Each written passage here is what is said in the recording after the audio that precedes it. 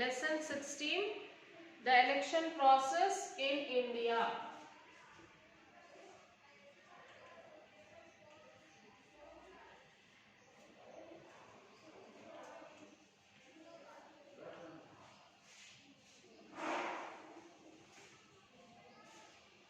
The election process in India.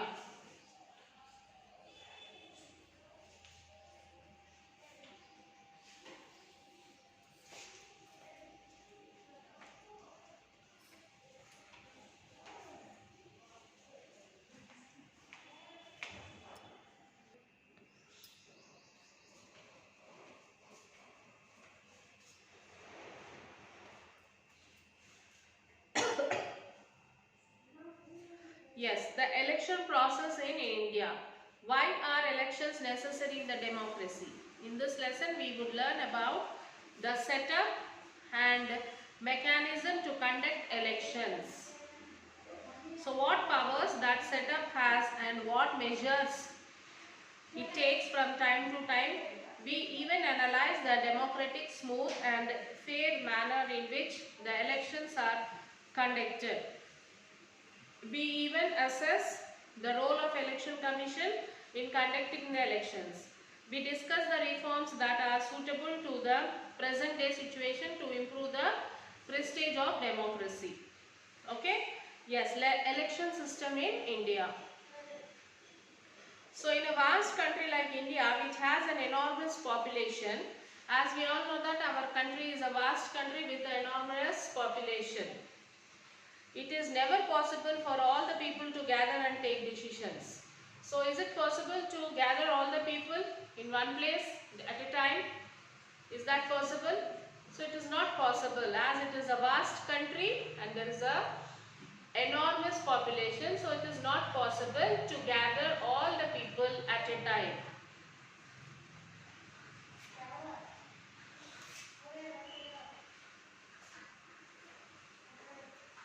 Gather at a time and take the decisions. So the need for election arise. So when there is no necessity of people gathering and taking the decision at a time, then what happened? The elections have arisen. The need for election has been arised. India is the largest democratic country in the world. Since independence, a strong basics for democratic values was laid by the elections.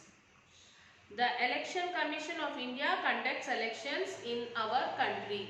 Who conducts elections in our country, children?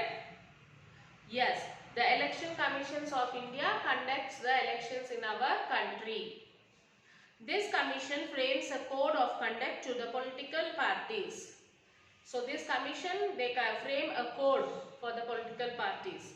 It declares the results of the election and submits to the central or state authority concerned. So after the conducting of the elections, after the declaration of the results, it gives the results to the central or state authority concerned. By this, it becomes easy to form the government. So the Election Commission of India. The Election Commission of India came into existence on 25th January 1950. So when we got this Election Commission on 25th January 1950. This is an autonomous constitutional body. This is an autonomous constitutional body with its authority. It prepares electoral rolls and conducts elections to Lok Sabha, Rajya Sabha, state legislative bodies. The President and the Vice President. Autonomous status for Election Commission. So it is very difficult to conduct elections in India because of a huge population. During the British rule, only 14% of the population had right to vote in the elections. So during the British rule, only 14% of the population had right to vote. At the time of first general election in 1952, there were 17.3 crore voters. At present, the number of voters is about 67 crores. For such a country, the Election Commission conducts elections with the help of about 45 lakh staff members. For 67 crores people, the Election Commission conducts this election with the help of the 45 lakh staff members. The Chief Election Commission. The Chief Election Commissioner is the head of the Election Commission of India. Who is the head of the Election Commission of our country? Yes, the Chief Election Commissioner. The Chief Election Commissioner is the head of the Election Commission of our country. The Constitution guarantees certain power to the Chief Election Commission to conduct elections for central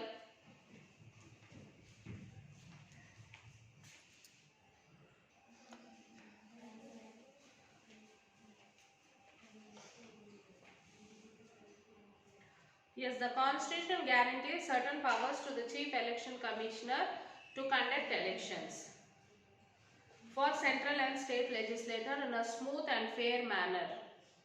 So usually he or she is from Indian Civil Service. He or she tenure is a 6 years or up to 65 years of age, whichever is earlier.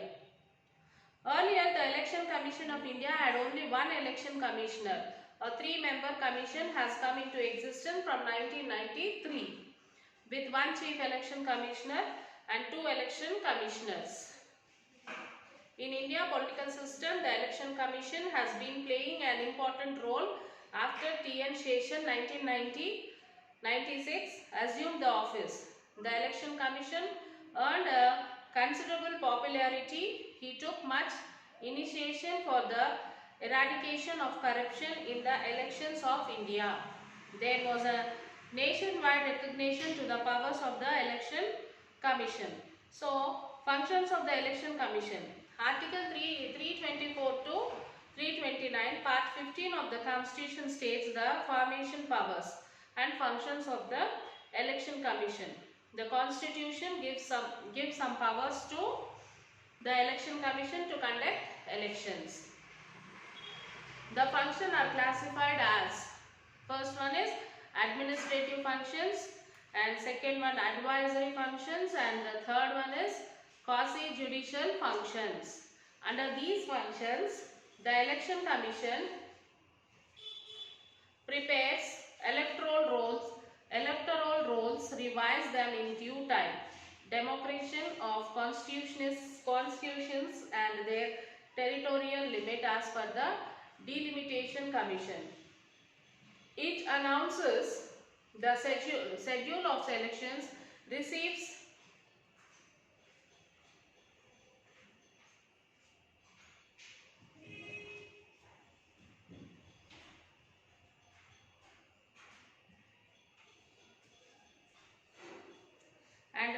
nomination, scrutinize, finalize the polling dates, gives recognition to the political parties,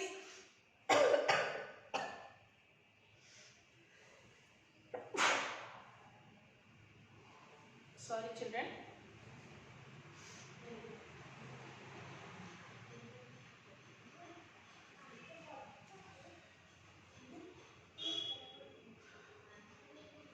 So, finalize the polling dates, give recognition to the political parties and allots the symbols to them. Okay, they finalize the polling dates and they allots the symbols for them. It frames and implements the code of conduct to the followed by the parties during elections. So, it appoints the inquiry officer to observe electoral malpractice. It advises the president and the governors of the state regarding the disqualifications of the representatives to the parliament and the state legislatures.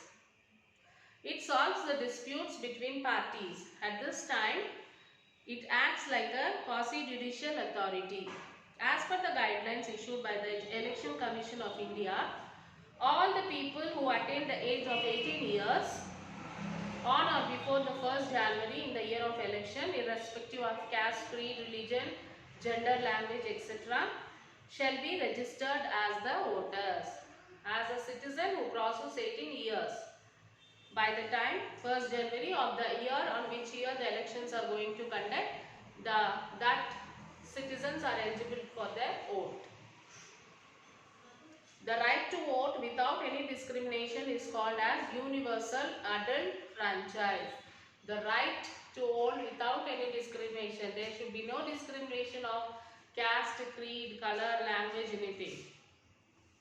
The body of voters is called as the electorate. Okay. Next, political parties in election.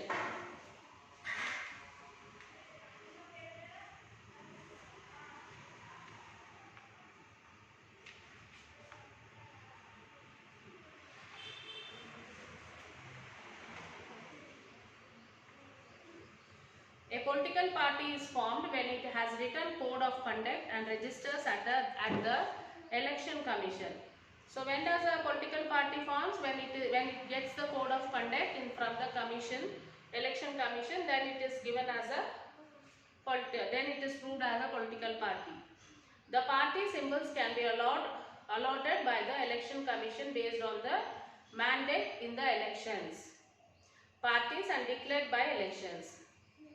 Elections Commission, regional or national parties in a state.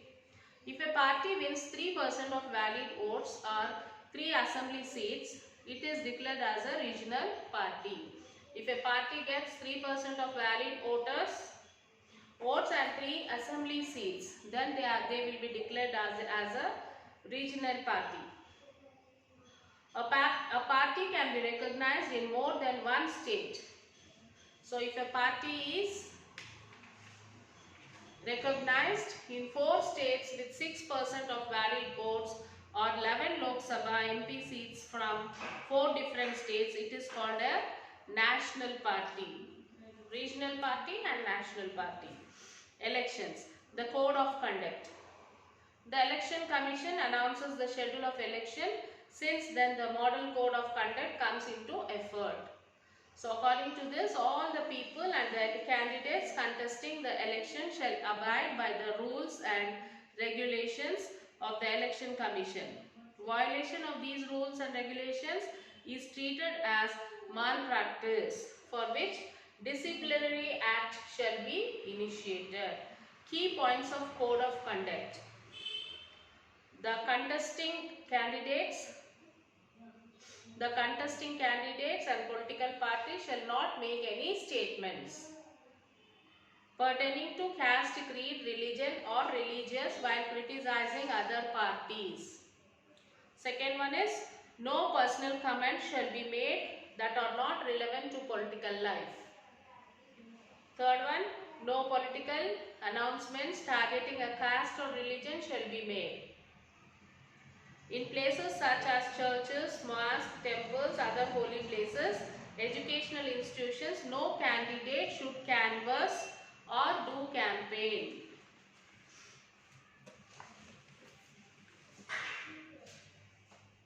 No candidates should influence the voters either by giving cash or any articles. So no voter shall be used to cast his or her vote in others' identity. No campaigning within 100 meters on the day of polling. There should be no campaigning after or before the permitted hours. No political party shall either get voters to the polling station or drop the voters from the polling station.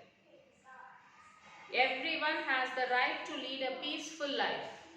So, taking out rallies in the residential areas and picketing is against the rules. So, housing party flags, tying banners and writing on the walls, pasting posters on the houses are not allowed without permission. So these are the key points of the code of conduct. Next, Next is conducting rallies and public gatherings. So usually when there are elections, we see this public gatherings, rallies, isn't it? The political party shall obtain prior permission from the local police to conduct public gathering. So if they want any public gathering, they have to take the permission from the police. They should inform the police about the place of gathering and its time, so that the police could make arrangements to protect law and order and regularize the traffic movement. Then the contesting candidate shall find out if any prior instructions are there in the place where they are planning to hold public gathering. While entering the prohibited areas, shall strictly follow the rules. They must take prior permission to use loudspeakers. If anyone obstructs to the conduct of public gathering, they shall not directly attack, instead inform the police. On the day of polling, what they have to follow, we'll see. The polling personnel shall make all the arrangement to the voters to cast their vote in the democratic and peaceful atmosphere. Leaders of all political parties shall cooperate the polling staff to discharge their duties. The polling agents sitting in the polling booths shall be issued identity cards. The names of or the party symbol shall not be these cards. Next, the campaigning should end before 48 hours of polling day. So if today is a polling day, the campaigning, the canvassing should end before 48 hours. SMS also prohibited. Alcohol shall not be distributed. Neither the contesting candidates nor the supporters should gather in large number near the polling booths. There shall not be any posters, flags, symbols and election material in the campus. Any kind of food shall not be kept in the campus. So these are the things on the day of polling.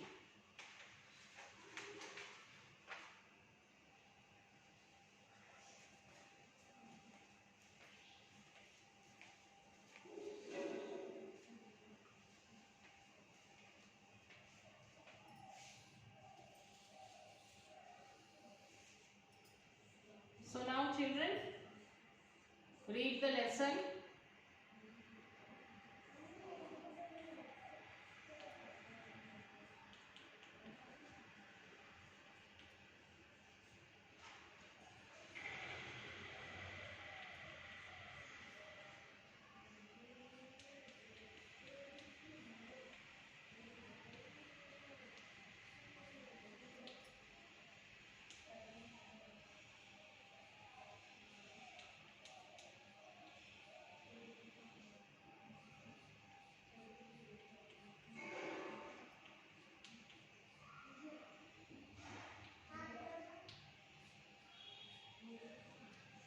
So children, read lesson number 16, the election process in India, and then you will have to write first and second question answer in your class workbook. First read the lesson and then write the answers by your own. Okay children, so we will continue this class in the next session. Till then, take care children, read the lesson, write the work, take the photo and send it to the school mail ID. Bye children.